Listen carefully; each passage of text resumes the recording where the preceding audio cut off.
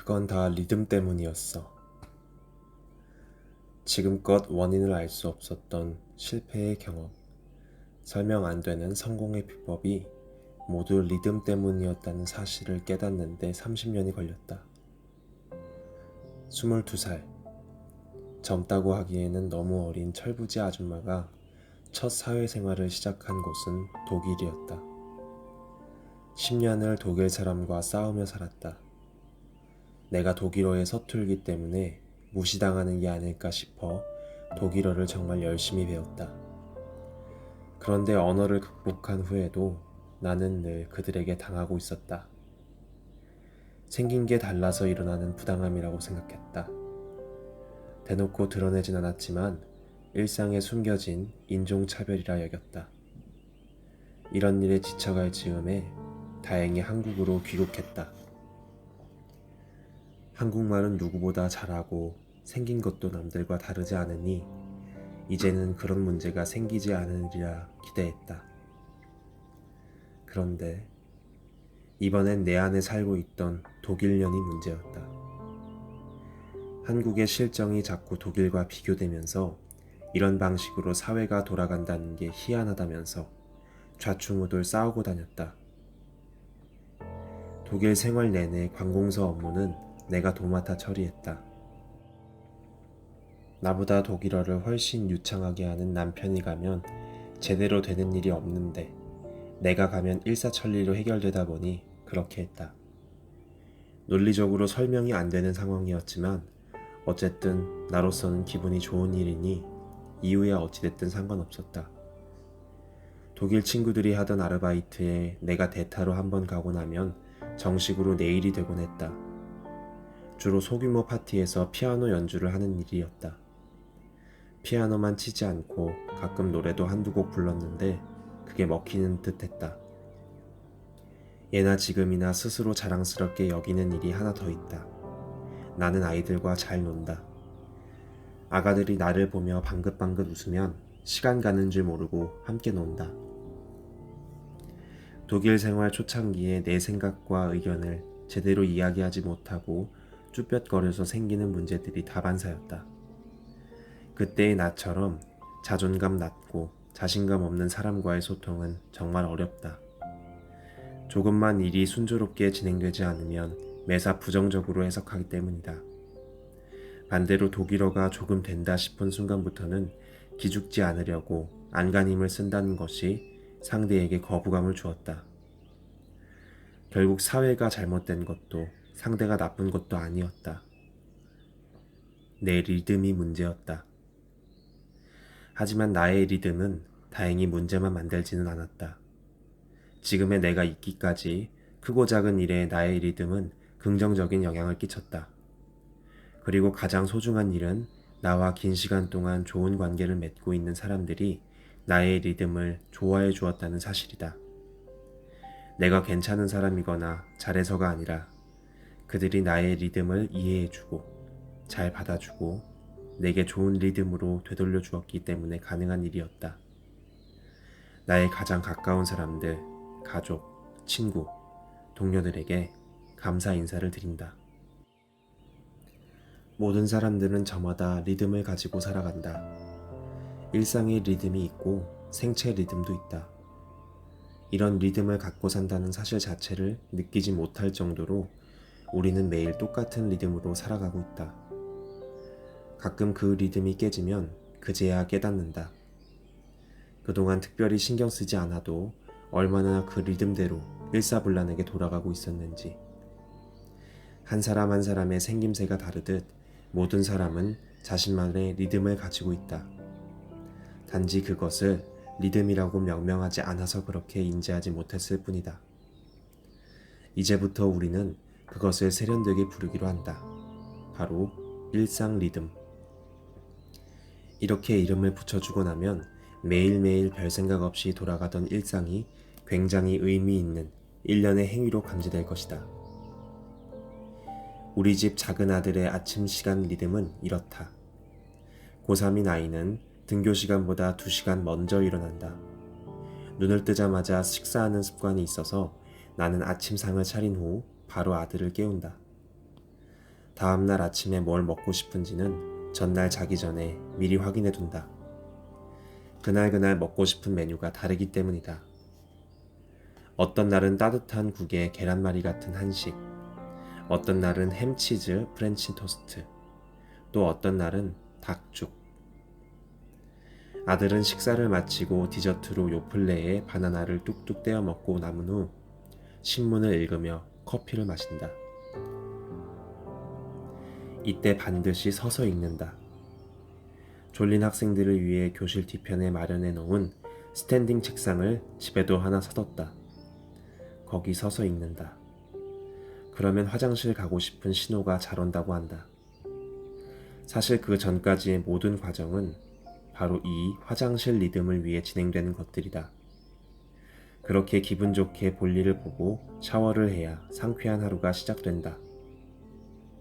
나름 체계적인 일상 리듬으로만 봐서는 가히 상위 1%지만 사실 공부 실력은 아주 평범하다. 아침에 깨울 때 이름 한 번만 부르면 벌떡 일어나는 착한 아들이고, 잘 자고 잘 먹고 잘 사는 건강한 아들이다. 나름대로 자기 관리를 위해 규칙을 만들고 그 규칙을 잘 지키는 실천력 있는 아들이다. 그래서 당장은 좋은 성격이 아니더라도 앞으로 큰 걱정을 안 해도 될 것 같은 믿음이 생긴다. 24시간 단위로 반복되는 하루하루가 모여 우리의 삶이 이루어진다. 우리 몸은 이 24시간을 혹은 하루를 어떻게 인식하고 있을까? 몸이 시간을 감지하는 예를 생각해보면 바로 떠오르는 것이 있다. 배꼽시계. 배꼽시계가 가장 정확히 작동하는 때는 사실 점심시간이다. 아침 식사를 했건 하지 않았건 12시가 가까워지면 귀신같이 배가 고프다. 11시쯤부터 점심으로 뭘 먹을지를 고민하기 시작한다. 아침에는 전날 저녁의 식사 양과 시간에 따라 어떤 날은 배가 일찍 고프기도 하고 그렇지 않기도 한다. 입이 깔깔하고 입맛이 없으면 내장기관에서 보내는 허기가 제대로 전해지기 힘든 모양이다. 또 저녁 식사 시간보다 오후 간식 시간의 배꼽시계가 더 잘 작동한다. 오후 3, 4시가 되면 피로감이 몰려온다. 이때 커피 한 잔과 함께 달달한 걸 먹어주면 늦은 오후에 남은 일과를 해낼 새로운 힘이 생긴다. 이렇듯 우리는 시계를 보지 않고도 일정한 시간이 되면 배가 고파져 식사 시간이 되었음을 알 수 있다. 몸이 밥때를 기억하는 것이다. 인간이 언제부터 하루 3끼를 먹었는지에 대해서는 여러 가지 설이 있다. 산업혁명 이후에 합리적인 노동시간 확보를 위해 점심 식사를 하기 시작했다는 것이 가장 그럴듯한 설명이다. 그러니까 그 이전에 인간은 하루 2끼만 먹었다는 것이다. 다시 말해 하루에 2끼를 먹건 3끼를 먹건 인체가 음식물을 섭취해야 한다는 신호를 보내는 배꼽시계의 작동은 규칙적인 습관에 의한 것이다. 수면 시간도 습관에 의해 작동한다. 매일 아침 7시에 일어나는 사람은 주말에 늦잠을 자보려고 해도 7시에 눈이 떠진다. 다시 눈을 감고 잠을 청해도 1시간 더 자는 게 고작이다. 주말 늦잠을 오후 늦게까지 잘 수 있는 사람은 수면 시간에 일정한 패턴이 없다는 뜻이다. 주중에도 새벽까지 스마트폰을 들여다보고 있다면 수면 리듬이 망가져 있을 확률이 높다. 이렇듯 우리의 몸은 반복되는 습관을 통해 식사 리듬과 수면 리듬을 갖게 된다. 원칙적으로는 그렇다. 그런데 이 원칙과는 상관없는 수면 리듬을 경험한 적이 있다. 우리 부부는 독일 유학 시절 독일을 방문하신 부모님과 스칸디나비아 반도로 여행을 떠났다. 캠핑카를 빌려 신나게 달리다가 배가 고파지면 부모님이 싸오신 밑반찬에 된장찌개를 끓여 해먹고 경치 좋은 곳에 무작정 차를 세워두고 잠을 잤다. 20일 후 렌터카 업체에서 차를 반납하기만 되면 되는 자유로운 여행이었다. 그런데 그게 생각보다 녹록지가 않았다. 지도에서만 봤던 스칸디나비아 반도는 생각보다 훨씬 넓었고 도시와 도시 사이의 광활한 자연을 돌아보는 여행이다 보니 가도 끝이 없는 길을 온종일 달려야 했다. 열흘 동안 북으로 가다가 나머지 열흘은 나무로 되돌아와야 하니 보고 싶은 곳을 다 보려면 늘 달려야 했다. 먹고 자고 달리기만 하는 20일간의 여행에서 가장 문제가 된 것은 수면 시간이었다. 밤 늦게 자고 아침 8시쯤 일어나면 딸과 사위, 밤 10시쯤 주무시고 아침 6시에 일어나는 부모님 간의 단순한 수면 패턴의 차이가 아니었다. 생각지도 못한 문제가 생긴 것이다. 위도가 높은 스칸디나비아 반도의 여름은 책에서나 보던 백야가 있는 곳이었다. 해가 떠 있는 시간은 북으로 갈수록 길어졌다. 노르웨이 북쪽을 여행할 때는 자정이 돼서야 해가 지고 새벽 3시면 다시 동이 터오르기 시작했다. 해가 있거나 없거나 잠을 잘 수 있는 젊은이와 해가 뜨면 절로 눈이 뜨이는 어르신들의 동거는 생각보다 심각했다.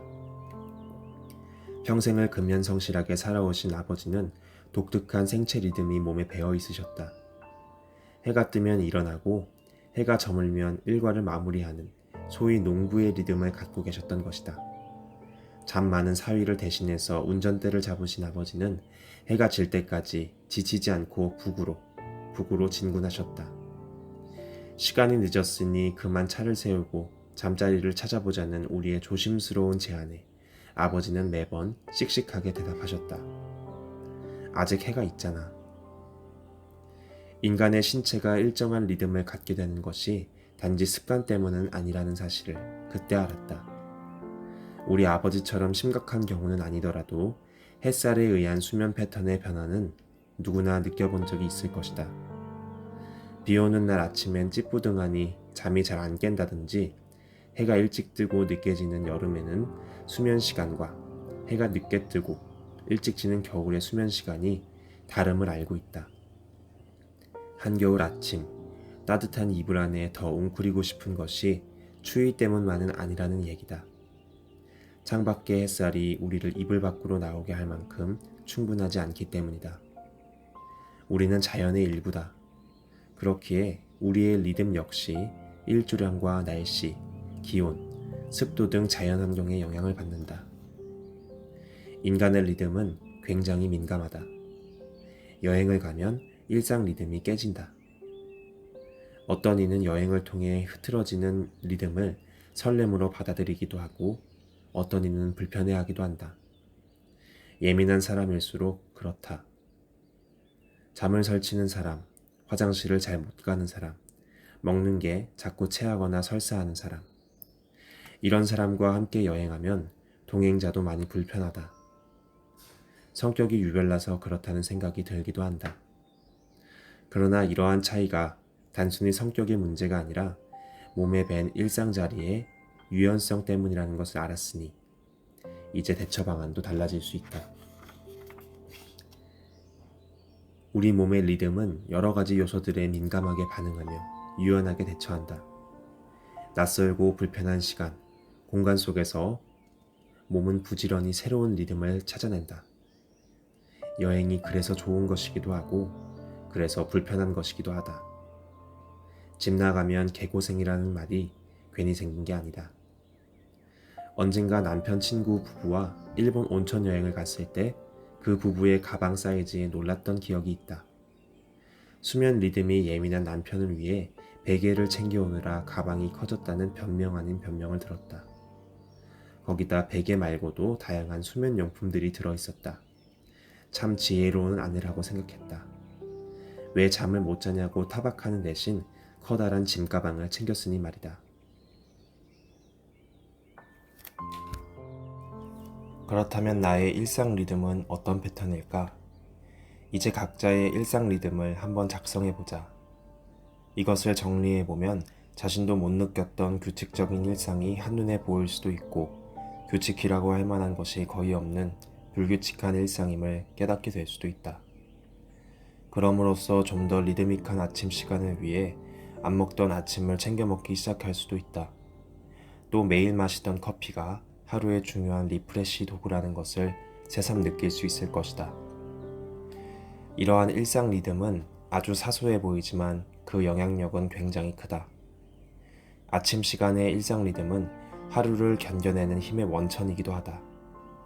이 일상 리듬을 의식적으로 행하느냐, 무의식적으로 행하느냐에 따라 그 기능의 힘도 달라진다.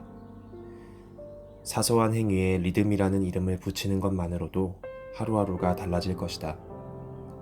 개념이 있어야 현상이 제대로 보이기 때문이다.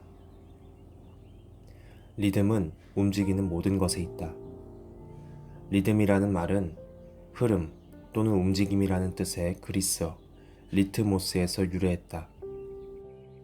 어원에서도 알 수 있듯이 넓은 의미의 리듬은 단지 음악에 국한된 것이 아니라 인간의 육체적 활동에 비롯한 사회적 현상, 자연의 운동 등 모든 질서 있는 움직임을 두루 포괄한다. 리듬은 본능이다. 인간이 리듬을 감지하는 것은 본능이며 따라서 이것은 동물에게도 나타난다. 이 리듬 감지를 통해 미적 쾌감을 느끼기도 하고 감정적 안정감을 찾기도 한다. 리듬은 시간의 흐름을 동반한다. 리듬이 음악적 용어로 가장 많이 알려지게 된 것은 음악이 대표적인 시간 예술이기 때문이다. 리듬은 패턴을 이룬다. 음악을 예로 들면 음의 길이가 길고 짧은 것의 조합이 하나의 패턴을 이룬다. 리듬은 반복된다. 여러 가지 음의 조합으로 이루어진 패턴이 규칙적으로 반복되고 이러한 패턴은 다시 규칙이 된다. 리듬의 규칙성은 안정감을 준다. 우리 일상도 리듬이 될 수 있는 것은 패턴이 반복되기 때문이다. 리듬은 변화한다. 예외 없는 규칙이 없듯 반복되는 리듬의 변화는 리듬이 더해진다. 리듬의 변화는 역동성을 느끼게 한다. 리듬은 다른 요소들과 함께 조화를 이룬다. 리듬은 하나만으로 아름다운 음악이 되기 어렵다. 음악이 아름다우려면 리듬 외에 멜로디도 필요하고 화음도 필요하다. 혹 멜로디와 화음이 없다면 두세 가지 리듬이 조화를 이루어야 음악이라 할 수 있다. 우리의 삶도 하나의 리듬으로는 아름답다고 하기 어렵다. 그래서 함께하는 삶이 아름다운 것이다. 사람은 누구나 자신만의 리듬을 가지고 있다. 이것은 나아가 마음의 표현 방식으로 혹은 행위 예술로 나타날 수 있다. 어쩌면 그보다 더 자연스럽게 메모 방식, 집안 청소 방식, 물건 배치 방식 등으로 표현된다. 음악을 들을 때의 버릇에서도 그것은 표출된다. 가만히 눈 감고 듣는 사람, 손으로 지휘하듯 온몸으로 느끼는 사람, 검지로 톡톡 리듬을 맞추는 사람, 발을 까딱까딱 하는 사람. 일본인들의 발걸음은 보폭이 좁으며 총총총 얕고 빠르게 뛰는 듯하다. 반면에 중국인들의 발걸음은 성큼성큼 거리낌이 없다. 이것을 민족적 특성이라는 말로 뭉뚱그려 이야기할 수 있겠지만 리듬적으로 설명한다면 또 다른 해석이 가능하다. 타인을 불편하게 하지 않으려 노력하는 작은 리듬과 타인을 의식하기보다 자신의 편안함이 우선이 되는 큰 리듬의 차이일 수도 있고, 작고 섬세한 일을 부지런히 행하는 리듬과 크고 넓은 시선으로 대의를 꿈꾸는 리듬의 차이일 수도 있다. 좋은 리듬의 조건이나 나쁜 리듬의 조건이라고 규정할 수 있는 기준은 없다. 같은 리듬도 환경과 관계에 따라 어떨 때는 긍정적으로 또 어떤 때는 부정적으로 작용하기 때문이다. 예를 들면 이런 식이다. 활동적인 7세 남아는 운동 능력이 발달해서 바깥 놀이 시간에는 두각을 나타낸다. 하지만 실내 학습 시간에는 이 활동적인 리듬으로 인해 산만하고 집중력이 약한 아이로 보인다. 아이가 갖고 있는 리듬과 능력은 같지만 환경과 상황에 따라서 달라 보이는 것이다. 신체 조건에 따른 리듬을 말할 때 가장 좋은 예가 흑인의 리듬감이다. 그들은 슬렁슬렁 과하지 않은 움직임 속에서 어마어마한 리듬감과 에너지가 표현되는 몸을 타고났다. 그들의 그런 에너지가 어디에서 시작됐는지 알아보기 위해 세종대 무용과 대학원생을 대상으로 하는 아프리칸 댄스 워크숍에 참석한 적이 있다. 강사는 아프리카에서 직접 그들의 댄스를 익히고 연구하고 왔다는 보통 기의 30대 여성이었다. 그녀는 실습하기에 앞서서 이러한 설명을 덧붙였다. 여러분, 아프리칸 댄스를 추시려면 여러분의 몸을 다르게 상상하셔야 해요. 이제 우리는 엉덩이는 여기가 아니라 여기예요. 라고 말하며 허리 측면에서 엉덩이 위쪽을 약간 볼록하게 나온 뒷구리 살에 찰싹 소리를 나게 쳤다. 그때부터 그녀가 엉덩이를 흔들라고 하면 다들 열심히 뒷구리를 흔들어댔다. 확실히 이정의 엉덩이 춤과는 차원이 다른 동작이 나왔다. 그때 깨달았다. 흑인의 리듬감 넘치는 춤의 근원이 엉덩이 근육의 크기와 위치에 있었다는 것을. 가늘고 긴 검은 다리 위에 탄탄하게 자리 잡은 그들의 엉덩이만이 표현 가능한 리듬이 있다는 것을. 흑인들에게서 느껴지는 우월한 음악성은 음악적인 문제가 아니라 훈련이나 문화의 문제도 아니다. 그들의 신체적인 특성이 큰 역할을 했다는 것을 말하는 것이다. 스스로 음악성이 없다고 생각하는가? 자신의 신체적 특징 중에 어떤 면이 비음악적인지, 리듬감이 없게 느껴지게 하는지 자세히 살펴보자. 분명한 것은 누구에게나 자신만의 리듬이 존재한다는 사실이다. 다른 사람은 흉내낼 수 없는 나만의 독특한 리듬이 내 몸 구석구석 꿈틀대고 있다는 걸 발견할 수 있을 것이다. 좋아하는 음악을 틀어놓고 어깨춤이나 엉덩이춤이 절로 나올 만큼 기분 좋은 일이 있을 때 자신의 몸놀림, 즉 자신의 리듬을 거울로 살펴보자. 멋진, 귀여운, 씩씩한, 유연한과 같은 마음에 드는 어떤 형용사와 어울리는 자신을 발견하게 될 것이다. 혹 부정적인 의미의 형용사가 떠올랐다면 비슷한 의미의 긍정적 형용사로 바꾸면 된다. 열심히 움직이지만 어딘가 어색하다는 멋지다로, 몸이 작고 왜소하다는 귀엽다로, 유연성이 떨어져서 뻣뻣하고 건조하다는 씩씩하다로. 나의 리듬은 어떤 것일까? 이런 생각만으로도 자신의 리듬을 제대로 표현하는 방법을 알게 된다. 다른 이의 리듬이 부러울 수도 있다. 그러나 그 리듬을 흉내내봐도 그처럼 멋있어지진 않는다. 그와 나는 다른 신체 구조를 가지고 있기 때문이다. 어깨 펴고 고개는 들고 시선은 약간 높이 하고 와 같은 자세와 행동이 자신감을 표현한다고 해서 따라해봤던 경험이 있을 것이다. 그러나 그것만으로 자신감이 나타나지 않는다는 사실도 잘 알고 있을 것이다. 각자 신체가 다르게 생긴 만큼 자신감의 표현 방식도 달라질 수밖에 없다. 각자 신체가 다르게 생긴 만큼 자신감의 표현 방식 역시 달라질 수밖에 없다. 좁은 어깨를 가진 사람과 넓은 어깨를 가진 사람이 같은 동작을 했을 때 느낌이 다르다. 목에서 어깨로 떨어지는 선의 각도가 가파른 사람과 어깨선이 수평에 가까운 사람이 같은 자세를 취한다고 해도 다른 리듬이 표현되는 것은 너무나도 당연한 일이다. 그래서 리듬은 흉내낼 일도 아니고 부러워할 일도 아니며 부끄러울 일은 더더욱 아니다. 그저 나의 몸을 잘 알고 나와 어울리는 리듬을 찾고 나다운 표현 방식을 익히는 과정이 필요할 뿐이다. 긍정적 어휘를 많이 사용하면 긍정적 정서를 갖게 될까?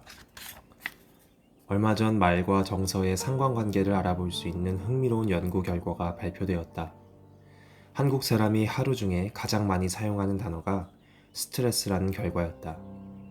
요즘 우리나라 사람들이 느끼는 일상의 피로도가 어느 정도인지 가늠해 볼 수 있는 대목이다. 부정적인 정서는 부정적인 어휘로부터 시작된다. 스트레스라는 말을 듣는 순간 모두가 스트레스를 받기 시작한다.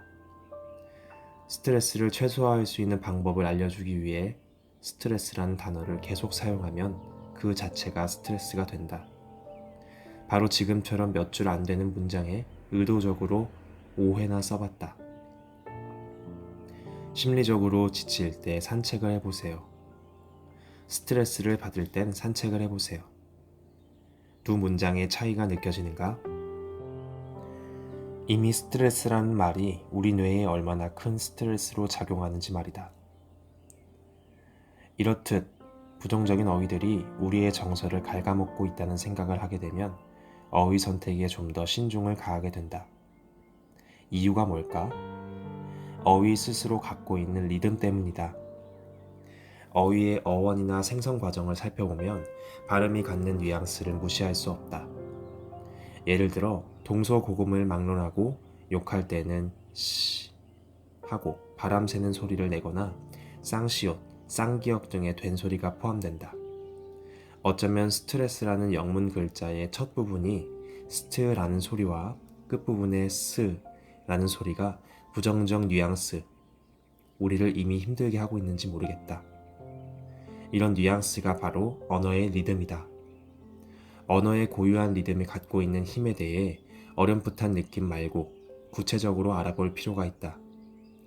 우리가 평소에 아주 자연스러운 상태에서 어떤 어휘를 쓰고 있는지 확인이 필요하다.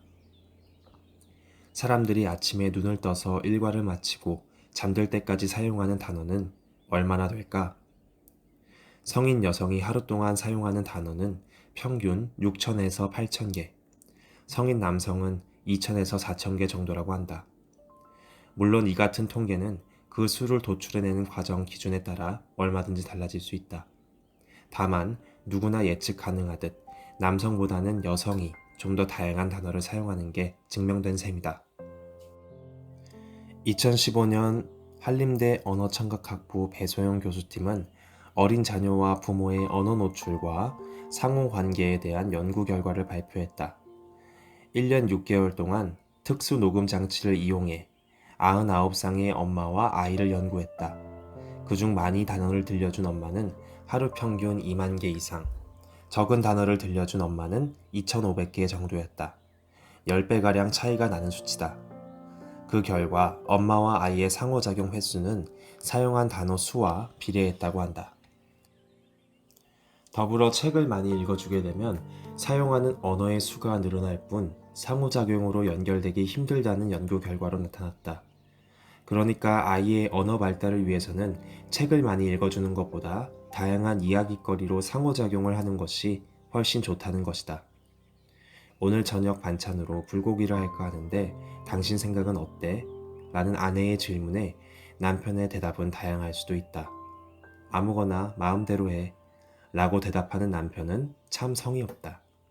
그래, 나쁘지 않네. 라고 한다면 이걸 어떻게 받아들여야 할까? 만약 밝은 목소리로 우와 맛있겠다 라고 대답해 준다면 아내는 정말 신이 나서 불고기를 재우고 구워 상을 차릴 것이다. 앞서 언어의 소리가 갖고 있는 뉘앙스에 대해 설명했다. 그것이 바로 언어 리듬이라는 이야기도 했다. 우리가 하루에 사용하는 단어의 수가 한정적이라면 언어의 리듬도 긍정적인 것을 많이 사용하면 좋다. 나쁘지 않다는 두 번의 부정적인 표현을 통해 결국 긍정적인 메시지를 전달하는 것이니 마음 따로, 리듬 따로인 안타까운 예다. 스스로의 언어 습관을 되돌아보며 언어 리듬을 파악하는 데에는 또 다른 이유가 있다. 우리는 어떤 표정을 지을지, 어떤 억양으로 어떤 말을 해야 할지 매 순간 판단하고 선택한다. 아주 순간적으로 생각해 볼 겨를도 없이 이루어지는 선택이기 때문에 자신의 의지나 결정에 작용했다는 것을 인식하기 어렵다. 나와 가까운 사람이 자꾸 짜증을 낸다면 내가 보내는 정보가 혹 그 사람을 언짢게 하는 것은 아닌지 되돌아보아야 한다. 몸이 안 좋아서 자기도 모르게 미간 사이를 찌푸리고 출근하는 날은 이상하게도 보는 사람마다 나를 더 화나게 만든다. 반면 누군가 기분 좋게 하루를 열어주는 날은 모두가 그 기운으로 기분 좋은 하루를 맞이한다. 자, 이제 내가 자주 사용하는 단어를 한번 생각해보자.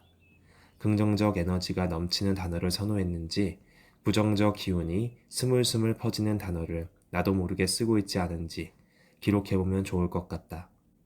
혹은 만날 때마다 기분 좋은 사람이 주로 사용하는 언어의 리듬은 무엇이었는지 파악해보는 것도 괜찮다. 혹시 이렇게 건조한 단어들이 내 언어의 일부분을 차지하고 있는 건 아닌지 살펴볼 일이다.